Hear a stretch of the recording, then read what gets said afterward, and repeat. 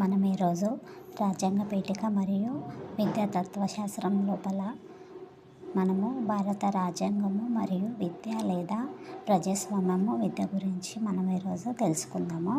ప్రజాస్వామ్యాన్ని ఆంగ్లంలో డెమోక్రసీ అంటారు కదా.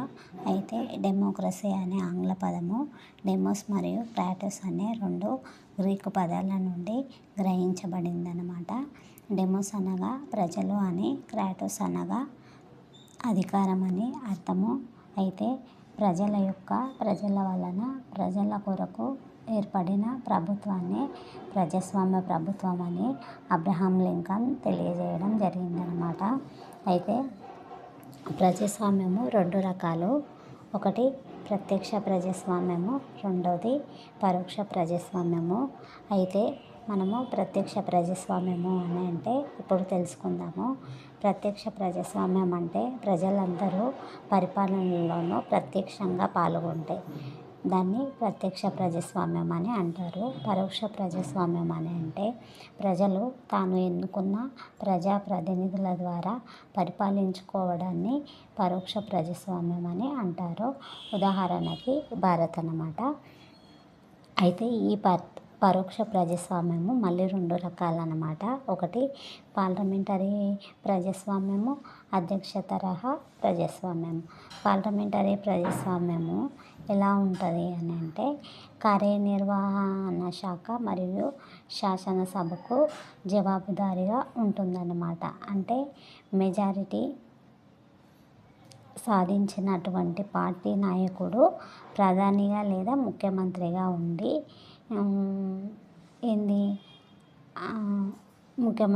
ఉండి ప్రభుత్వాన్ని ఏర్పాటు చేస్తాడు. అదే అధ్యక్ష తరహా ప్రభుత్వం అయితేనేమో దేశాధినేత, ప్రభుత్వాధినేత ప్రజల చేత నేరుగా ఎన్నుకోబడతారనమాట. అంటే ఇందులో శాసనసభ, కార్యనిర్వాహక శాఖ వేరువేరుగా ఉంటాయన్నమాట. దీంట్లోనేమో అలా కాదు. ఉదాహరణకు అధ్యక్ష తరహా ప్రభుత్వానికి ఉదాహరణ అమెరికా. అదే మన పార్లమెంటరీ తరహా ప్రభుత్వానికి మన భారత్ అన్నమాట. అయితే మనము భారత రాజ్యాంగ ముసాయిదా కమిటీ అధ్యక్షుడు మనకు తెలుసు, డాక్టర్ బిఆర్ అంబేద్కర్ గారు. అయితే డాక్టర్ బిఆర్ అంబేద్కర్ గారు రాజ్యాంగానికి రాసేటప్పుడు విద్యకు సంబంధించిన కొన్ని ఆర్టికల్స్ను తెలిపారు కదా. అయితే దానికంటే ముందు విద్యకు సంబంధించిన ముఖ్యమైన రాజ్యాంగ సవరణల గురించి మనం ఇప్పుడు తెలుసుకుందాము. అయితే 42వ రాజ్యాంగ సవరణ గురించి తెలుసుకుందాము. అయితే 42వ రాజ్యాంగ సవరణను మినీ రాజ్యాంగం అని కూడా అంటారు. అయితే రాజ్యాంగ ప్రవేశిక లోపల లౌకిక, సామ్యవాద అనే పదాలు ఉన్నాయి కదా. ఈ రాజ్యాంగ సవరణ ద్వారానే ఉన్నాయన్నమాట. అయితే స్వరణ్ సింగ్ కమిటీ సూచనల మేరకు ఈ 42వ రాజ్యాంగ సవరణ ద్వారా మనకు 1976 లోపల రాష్ట్ర జాబితాలో ఉన్న విద్యను ఉమ్మడి జాబితాలోకి చేర్చడం జరిగిందనమాట. అంటే 1976 కంటే ముందు విద్య అనేది రాష్ట్ర జాబితాలో ఉండే. 1976 తర్వాత విద్య అనేది ఉమ్మడి జాబితాలోకి వచ్చింది. ఏ రాజ్యాంగ సవరణ ద్వారా అంటే 42వ రాజ్యాంగ సవరణ ద్వారా. ఎప్పుడు ఏ సంవత్సరంలో అంటే 1976వ సంవత్సరం లోపల.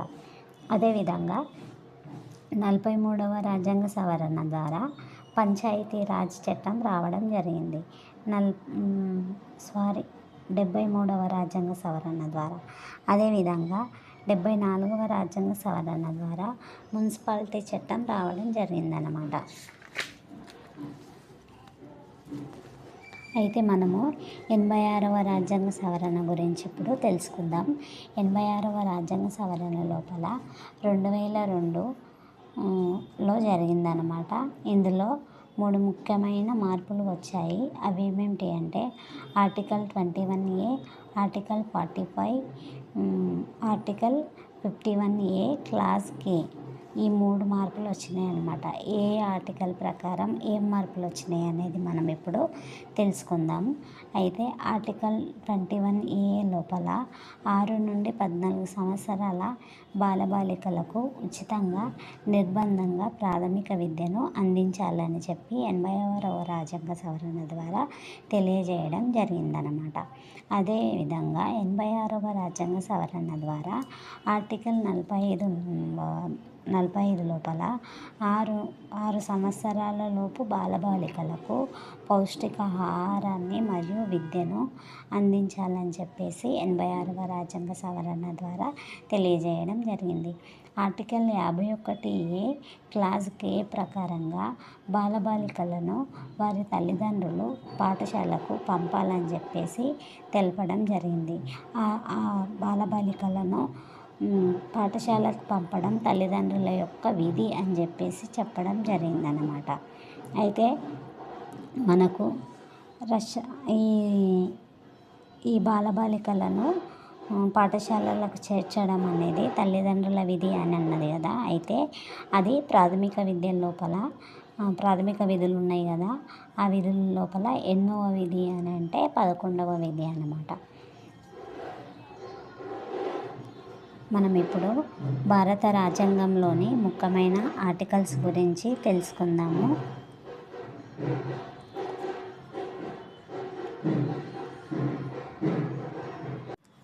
ఆర్టికల్ 14 గురించి ఇప్పుడు మనం తెలుసుకుందాం. ఆర్టికల్ 14 అనేది చట్టం ముందు అందరూ సమానులే.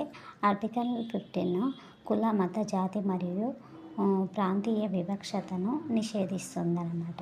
అంటే ఆర్టికల్ 15(1) ప్రకారంగా మనకు లింగ వివక్షతను నిషేధిస్తుంది కదా. అయితే ఆర్టికల్ 17 ప్రకారం అంటరానితనాన్ని నిషేధిస్తుంది. అయితే ఈ అంటరానితనం గురించి మనకు ఆర్టీ లోపల ఏమని ఉంది? సెక్షన్ 17 ప్రకారము శారీరక దండన మరియు మానసిక వేధింపులు నిషేధించాలని చెప్పేసి ఆర్టీఈ మనకు విద్యా హక్కు చట్టంలో తెలియజేయడం జరిగిందనమాట. అదేవిధంగా ఆర్టికల్ 21A ప్రకారంగా మనకు 6 నుండి 14 సంవత్సరాల బాలబాలికలకు ఉచితంగా నిర్బంధ విద్య ప్రాథమిక విద్యను అందించాలని చెప్పేసి 21A ఆర్టికల్ తెలియజేయడం జరిగింది. ఆర్టికల్ 23 వెట్టి చాకిరీ నిషేధం. అంటే పిల్లల చేత నిర్బంధంగా సేవ చేయించుకోరాదని చెప్పేసి ఆర్టికల్ 23 తెలియజేయడం జరిగిందనమాట. ఆర్టికల్ 24 ఏం చేస్తుంది? బాలకార్మికుల వ్యవస్థను నిషేధిస్తుంది. అంటే 14 సంవత్సరాల లోపు బాలబాలికలకు ప్రమాదకరమైన మరియు కర్మాగారాల లోపల పనుల లోపల నియమించరాదని చెప్పేసి ఆర్టికల్ 24 తెలియజేయడం జరుగుతుంది.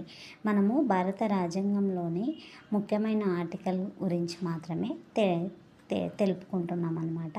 అయితే ఇప్పుడు ఆర్టికల్ 30 ప్రకారంగా మైనారిటీలు తమ భాషా సంస్కృతుల అభివృద్ధి కోసము విద్యాలయాలను ప్రారంభించవచ్చు అని చెప్పేసి ఆర్టికల్ 30 తెలియజేయడం జరుగుతుంది. ఆర్టికల్ 32 రాజ్యాంగ పరిహారపు హక్కు.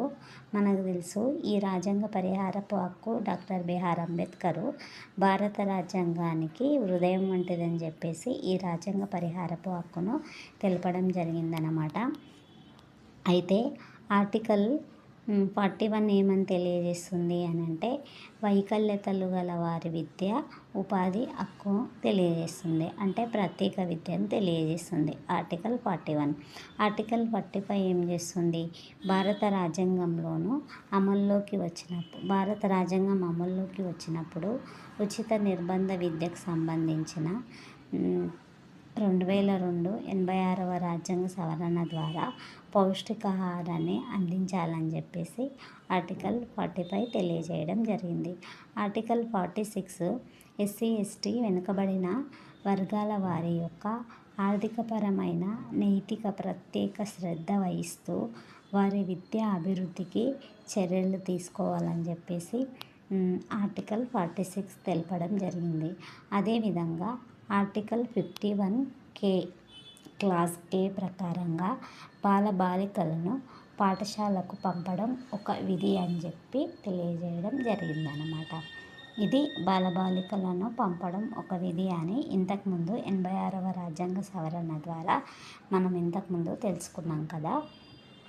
అయితే ఆర్టికల్ 337 ఏమని చెప్తుంది అంటే ఆంగ్లో ఇండియన్ విద్యాలయాలకు ప్రత్యేక గ్రాంట్లు ఏర్పాటు చేయాలని చెప్పేసి ఆర్టికల్ 337 తెలియజేయడం జరుగుతుంది. ఆర్టికల్ 350 ఏమని తెలుపుతుంది అని అంటే ప్రాథమిక పాఠశాల స్థాయిలోనూ మాతృభాషలోనూ బోధన జరగాలని చెప్పేసి ఆర్టికల్ 350 తెలియజేయడం జరుగుతుంది. అదేవిధంగా ఆర్టికల్ 351 హిందీని జాతీయ భాషగా అభివృద్ధి చేయాలని చెప్పేసి ఆర్టికల్ 351 తెలియజేయడం జరుగుతుందన్నమాట. మనం ఇప్పుడు భారత రాజ్యాంగ ప్రవేశిక గురించి తర్వాత నెక్స్ట్ వీడియోలో తెలుసుకుందాం. ఛానల్ని సబ్స్క్రైబ్ చేయండి. మిగతాని ఇలాగే వీడియోస్ చేసుకుంటూ వెళ్దాం. Thank you.